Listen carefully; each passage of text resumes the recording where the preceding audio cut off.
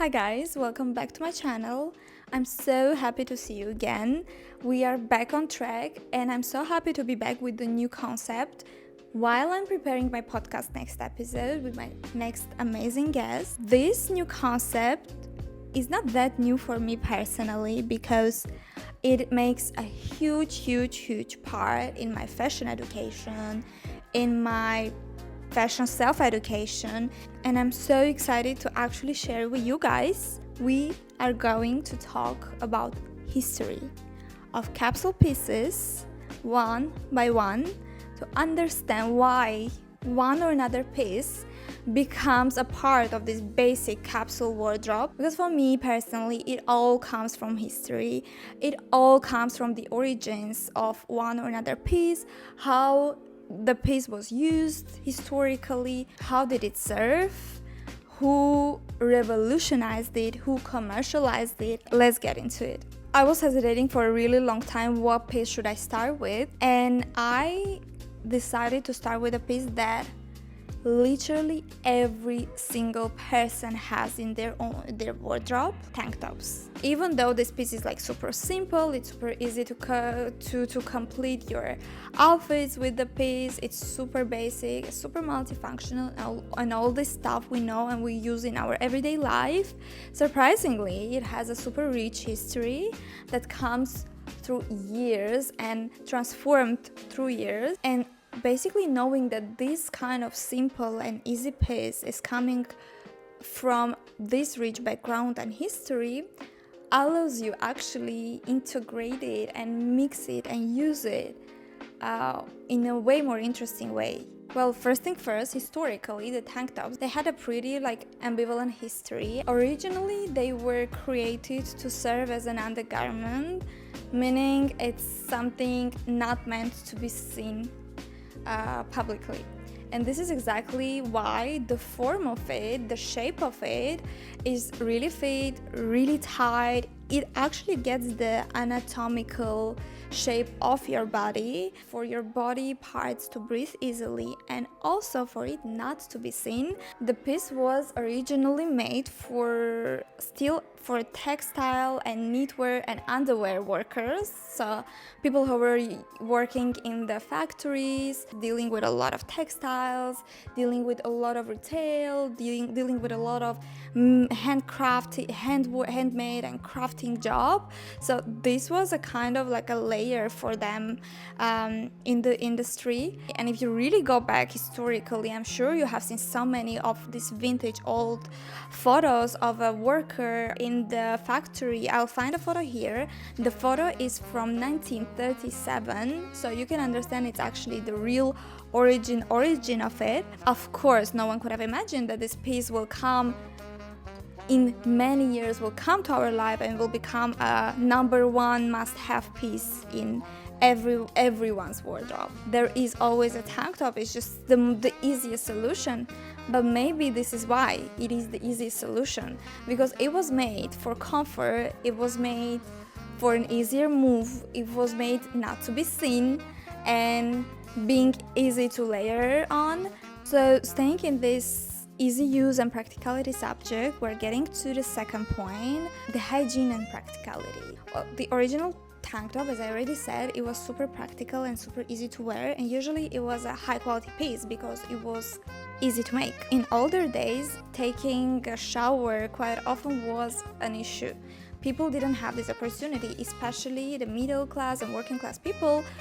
And as we understood, the tank tops were initially made for these people. This is how the piece became an actual protecting layer between sweating skin and their actual outerwear garments, their external garments. Hygiene-wise, it was more pleasant, of course, to have some protection layer that will kind of absorb the sweat and will allow them to be fresh and to feel fresh in their movement and in their everyday work. So this is where it became extremely popular for these manual workers, people who worked in factories, people who worked in sailors, the athletes, heavy workers. And this is where the main idea of tank top came in: comfort and practicality. If we make a link to nowadays, why people choose it? Still for the same reason, even though they pay more attention to styling of it, but the origin, the history of the tank top, we actually brought it in our everyday life, and the mission of it stayed the same. Let's talk about the third important era in tank tops history. Starting from 1947, some events and some press activities, American press activities, started to popularize the trend, and the trend started to be associated a lot with a toxic masculinity and violent masculinity image. Exactly in 1947, the American press gave also a nickname to people who were wearing the tank tops. The nickname was wife beater. As we know, back then, if you really go back in history, you will really see that 1947, which was a pretty intense and pretty harsh period for women. Women had no right to work yet. Women were pretty blocked in so many activities, and as I mentioned, the man was the main provider. The man was the person who actually brought in the trend, the working class man. Unfortunately, back then in this era, the working class men were associated a lot with this like masculinity image, and where people had a lot of violence issues because they were a lot of social problems in the society. And basically it was a case probably in so many families and in so many relationships when men were this representative of toxic masculinity and violent masculinity. This is how the whole historical breakdown and mess and complexity actually started in this era, because people unconsciously started to transform completely their idea about this specific piece, and they started to associate people who were wearing these pieces with toxic masculinity, with violent masculinity, with like wife beaters. But this is an actual perfect example of how the culture, the period, the era, the ecological and social problems can actually be associated with fashion. And this is the first time when the actual idea of uncomfortable way of fashion started to become pretty actual, because people in the society at some point started to feel super uncomfortable to wear tank tops, to wear this specific piece, because they were scared to be associated with this image of white beater, of a toxic masculinity, of a violent person. Well, of course, it's an outdated stereotype. The era was different, the problems were different, the social, the economical, the historical problems, the gender equality problems were so different back then. But this is a perfect example of how one specific era, one specific historical event can change completely a perception about one single clothing piece. The fourth phase of the history of tank tops is actually linked with Paris and the Parisian workers. Well, it all started when the tank tops came into the Parisian market workers and manual workers' life as well.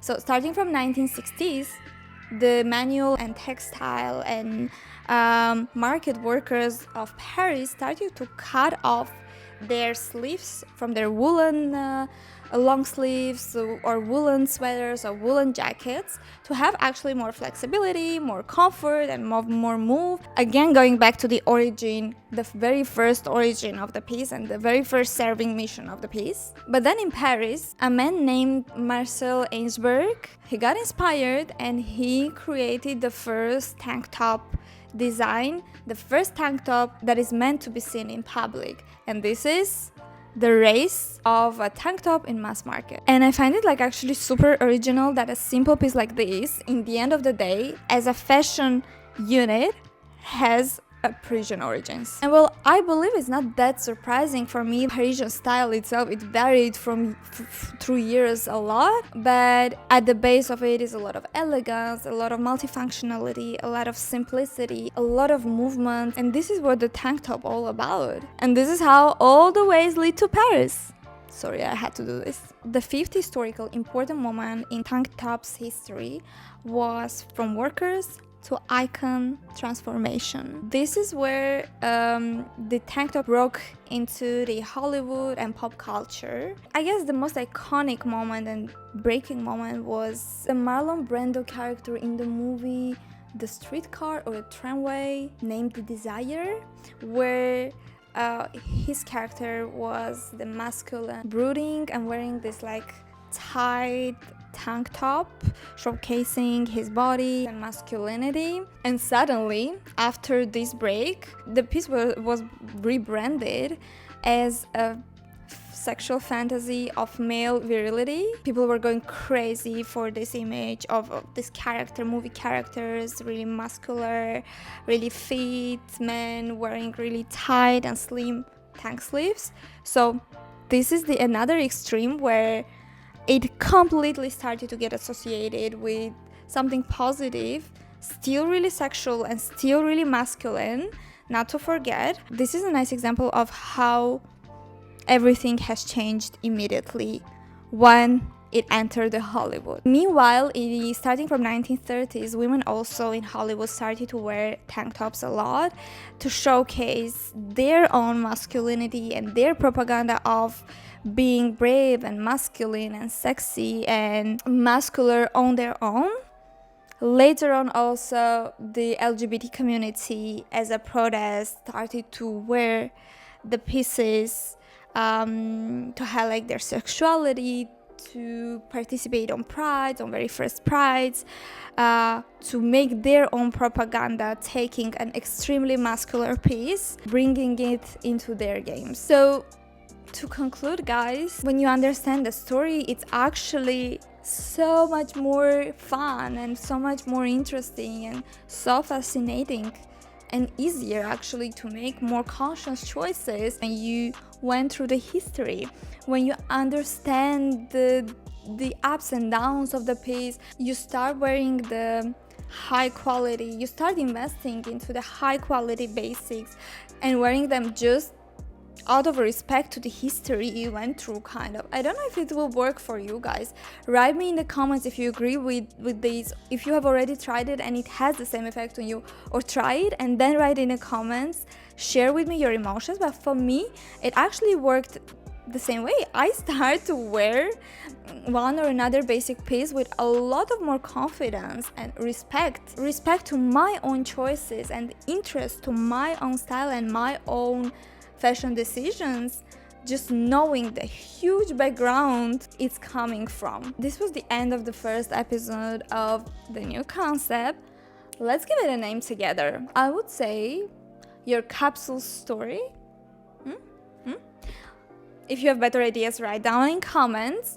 And I hope next time when you wear your tank tops, or when you are about to buy a tank top or style a tank top, you will actually remember this, or remember how rich, how interesting, and how sometimes even complicated and revolutionary history it has behind. I hope you liked it. Waiting for your comments. Don't forget to subscribe, like. See you next time for a podcast episode or another episode for your capsule stories. Thank you guys for your support. Bisous.